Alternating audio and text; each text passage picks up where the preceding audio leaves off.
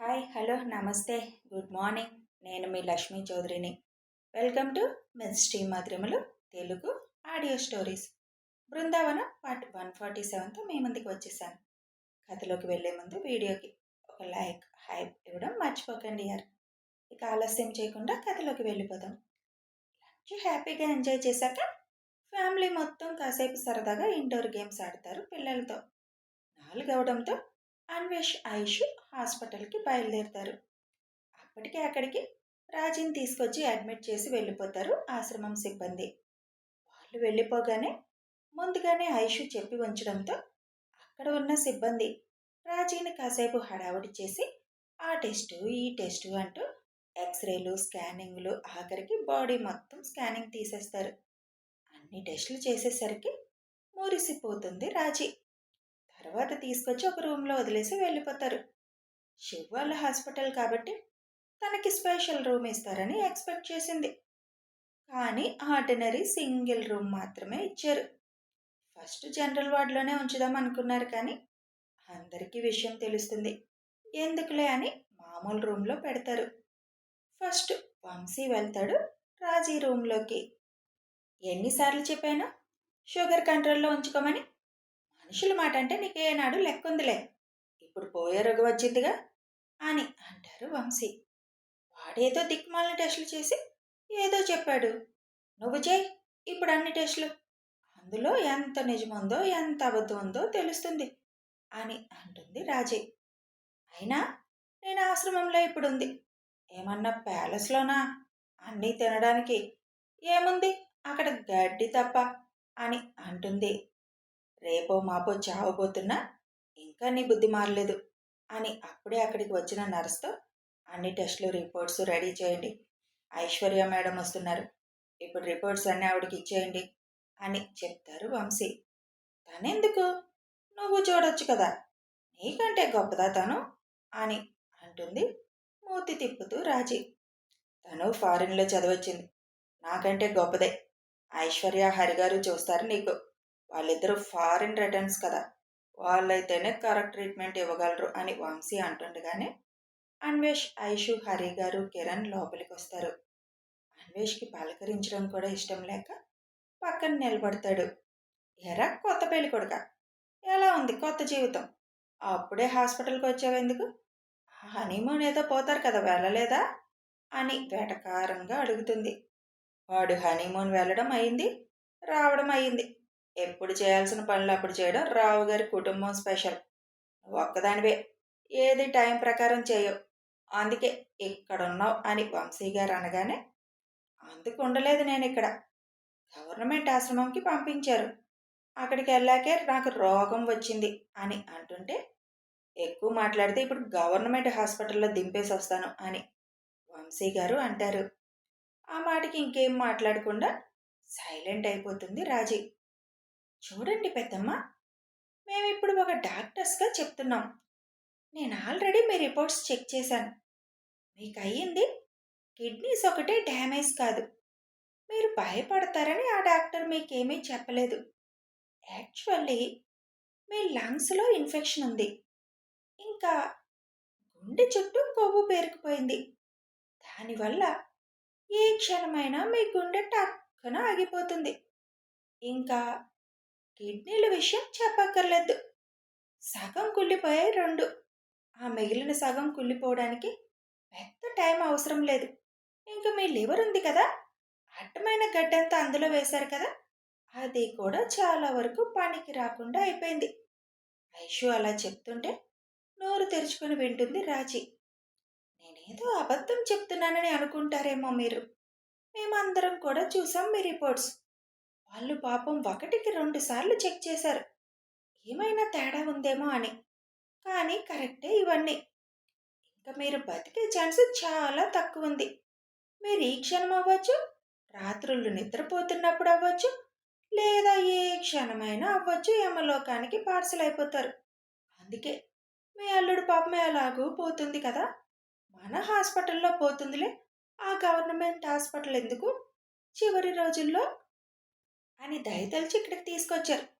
ఒకవేళ నేను చెప్పింది మీకు నమ్మకం కలగపోతే ఆ రిపోర్ట్స్ పట్టుకొని మీకు నచ్చిన హాస్పిటల్కి వెళ్ళండి, వాళ్ళని అడగండి, వాళ్ళే చెప్తారు నేను చెప్పింది నిజమా అబద్ధమా అని ఐషు అనగానే, తను చెప్పిందంతా నిజమేనా అని వంశీ గారిని అడుగుతుంది రాజీ.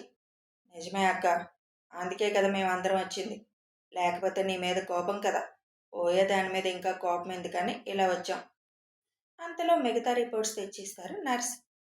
ఆ రిపోర్ట్స్ చూసిన ఐషు, అయ్యో అయ్యయ్యో, అన్ని జీడిపప్పులు బాదం పప్పులు పిస్తా తినేవాళ్ళు కదా పెద్దమ్మ, అదంతా ఎడిపోయిందంటావు.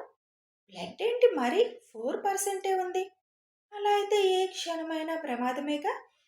కిరణ్ అన్నయ్య, ఇలా చూడు, తలలో కూడా ఏదో ప్రాబ్లం ఉన్నట్టుంది, నువ్వు దానికి సంబంధించిన వాడివే కదా అని ఒక ఎక్స్రే కిరణ్కి ఇస్తుంది.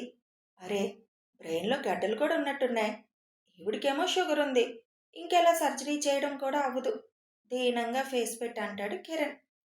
ఒక్కొక్కటి చెబుతూ ఉంటే రాజీకి గుండెల్లో దడ మొదలైంది. నిజంగానే నేను పోతానా అనే భయం రావడంతో, నాకు ట్రీట్మెంట్ చేయండి, మీరు చెప్పినట్టు వింటాను అంటుంది.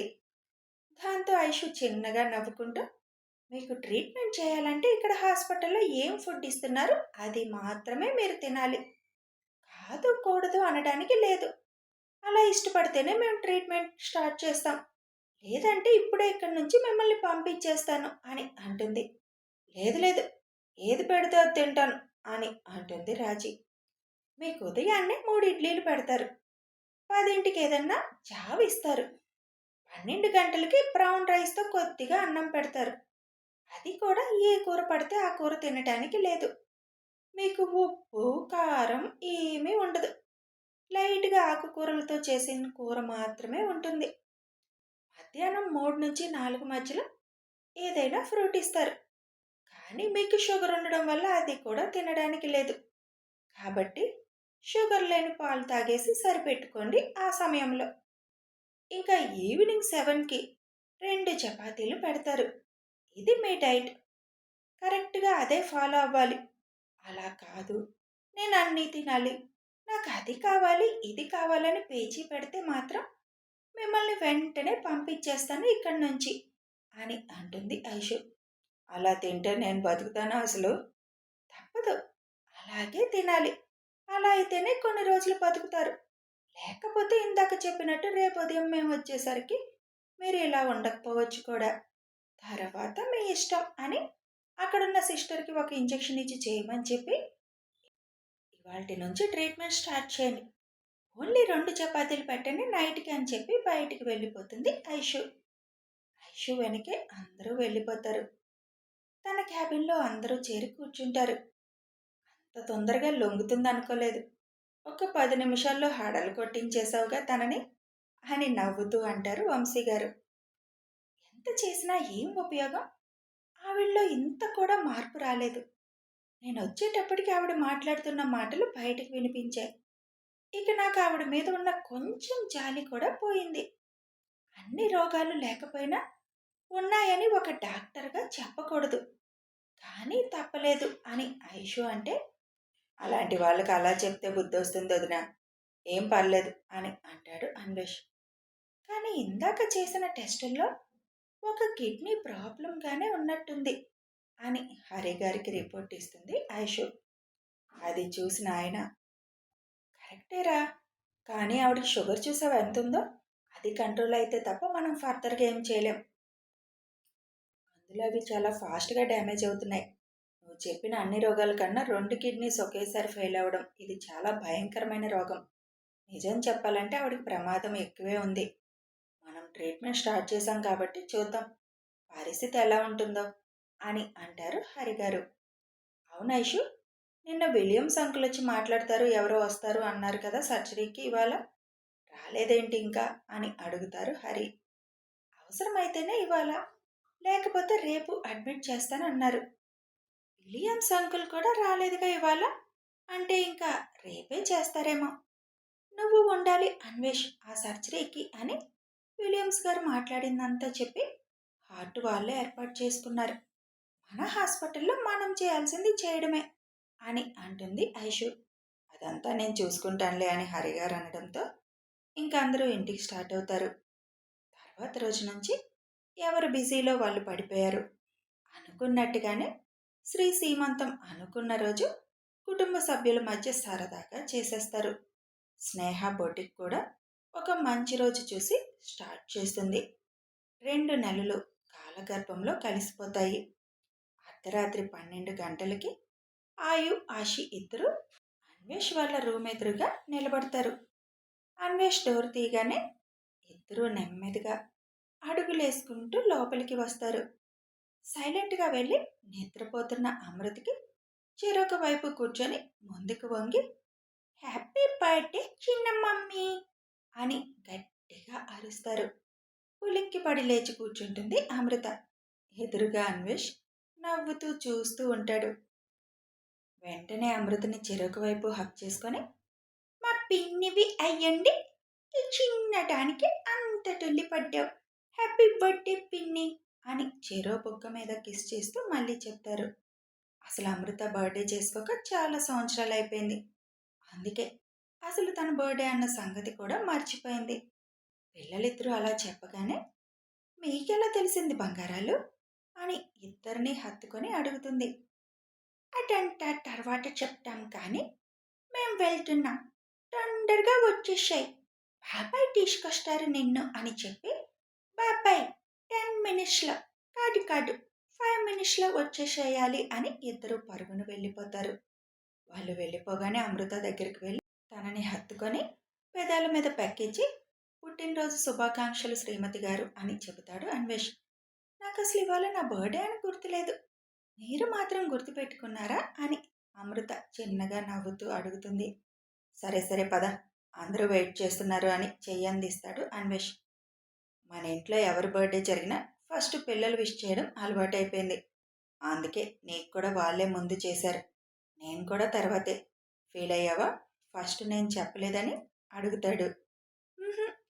వాళ్ళు నా బంగారాలు, వాళ్ళు చెప్తే ఎందుకు ఫీల్ అవుతాను అని అన్వేష్ గుండెల మీద వాలి అంటుంది అమృత. సరే పద, అటునుంచి వచ్చాక మంచి గిఫ్ట్ ఇస్తానులే నా తరపున అని ఐవింగ్ చేస్తాడు అన్వేష్. అమృత నవ్వుతూ మీ గిఫ్ట్ కోసం వెయిట్ చేస్తాను అంటుంది. అమృతని తీసుకొని అన్వేష్ ఒక దగ్గరకు వచ్చేసరికి అక్కడ ఫుల్ డెకరేషన్తో ఫ్యామిలీ మెంబర్స్ అందరూ ఉంటారు. అందరూ ఒకేసారి పుట్టినరోజు శుభాకాంక్షలు చెప్తారు అమృతకి. అమృతకి కన్నీళ్ళలాగో. అదంతా చూడగానే ఎందుకు ఇప్పుడు ఏడుస్తున్నావు అని విజయ గారు కళ్ళు తుడుస్తూ అడగగానే ఒక కారణం వల్ల ఇప్పుడు ఈ పుట్టినరోజు చేసుకోవడం మానేశాను. మళ్ళీ ఇలా మీరందరూ నా కోసం చేస్తుంటే చాలా ఆనందంగా ఉంది అత్తయ్య అని అంటుంది. అమ్మ అమృత అన్న పిలుపు వినగానే నాన్న అనుకుంటూ వెనక్కి తిరుగుతుంది అమృత. అక్కడ వాళ్ళ నాన్న కనిపించగానే పరుగున వెళ్ళి హత్తుకుంటుంది. పుట్టినరోజు శుభాకాంక్షలు తల్లి అని తల మీద ముద్దు పెడుతూ చెబుతారు ఆయన. ప్రతి సంవత్సరం మీరు ఒక్కరేగా చెప్పేది, ఈ సంవత్సరం చూసారా నాకెంతమంది చెప్పారు అని ఆనందంగా అంటూ, కానీ మీరు ఎలా ఎప్పుడొచ్చారు అని అడుగుతుంది. నేను సాయంత్రమే వచ్చాను, హరి వాళ్ళ ఇంట్లో ఉండిపోయాం. ఐషు చెప్పింది టైంకి రమ్మని, అందుకే ఇందాకే వచ్చాము ఇక్కడికి. అమ్ము అత్త, ముందు తేతు తచ్చే, నాతో తేతు తావాలి అని అంటాడు ఆశురు. నీకు తమ్ముడో చెల్లెలో రాబోతున్నారు, కానీ కా పలకడం మాత్రం రావట్లేదురా నీకు అని వాడి బొగ్గులు లాగి వాడిని ఎత్తుకొని కేక్ దగ్గరికి వెళ్తుంది అమృత. తన చుట్టూ పిల్లలందరినీ పిలిచి నిలబెట్టించుకొని అన్వేష్ కోసం చూస్తుంది. నువ్వు కట్ చేయమ్మో, నీ బర్త్డే కదా అని అన్వేష్ అనగానే ఈ సంతోషాలన్నీ మీ వల్లే కాబట్టి నా పక్కన మీరెప్పుడూ ఉండాల్సిందే అని అంటుంది. నువ్వు లా అమ్మా తండలక అని పిలుస్తాడు అశ్రు. వెళ్ళండి మరిది గారు తొందరగా అని ఐషు అనగానే అమృత పక్కన వెళ్ళి నిలబడతాడు అన్వేష్. ఆయు ఆశి ఇద్దరు చేతుల్ని కలిపి పట్టుకొని అందరి సమక్షంలో కేక్ కట్ చేస్తుంది అమృత. ముందు ఆయు ఆశికి పెట్టబోతుంటే ఫస్ట్ టాటేకి పెట్టు పిన్ని, పుట్టినరోజు అప్పుడు మనం ఫస్ట్ మన పేరెంట్స్కి పెట్టాలంటే కదా అమ్మ చెప్పింది అని అంటారు ఇద్దరు. పర్వాలేదు బంగారాలు, మీ పిన్నికి మీరంటేనే ప్రాణం. ముందు మీరు తినండి అని అంటారు రవిగారు. వెళ్ళండి బాబాయ్, మీరు అమృత్ దగ్గరికి అని పంపిస్తుంది ఐషు. రవిగారి నోట్లో పెట్టి తర్వాత పిల్లలకి పెట్టబోతుంటే, బాబాయ్కి పెట్టు పిన్ని, నీకు బాబాయే కదా ఫస్ట్ అని అంటారు మళ్ళీ. ఏం కాదు, ఫస్ట్ నా బంగారాలకి, ముఖ్యంగా ఈ బుల్లి రాకాస్కి. ఈ రాకాస్ వల్లే నేను ఇక్కడి వరకు వచ్చాను కదా అని అంటూ ఆశీ నోట్లో పెడుతుంది. తర్వాత ఆయుకి పెట్టి అప్పుడు అన్వేష్కి పెడుతుంది. అన్వేష్కి నోట్లో పెడుతూ చిన్నగా సారీ కూడా చెప్పేస్తుంది ఫస్ట్ పెట్టినందుకు. అమృత, నీకొక సర్ప్రైజ్ అని ఐషు ఎదురుగా చూడమని అంటుంది. ఎదురుగా చూసిన అమృత ఆశ్చర్యంగా చూస్తూ ఇది నిజమేనా అన్నట్లు ఐషు వైపు చూస్తుంది.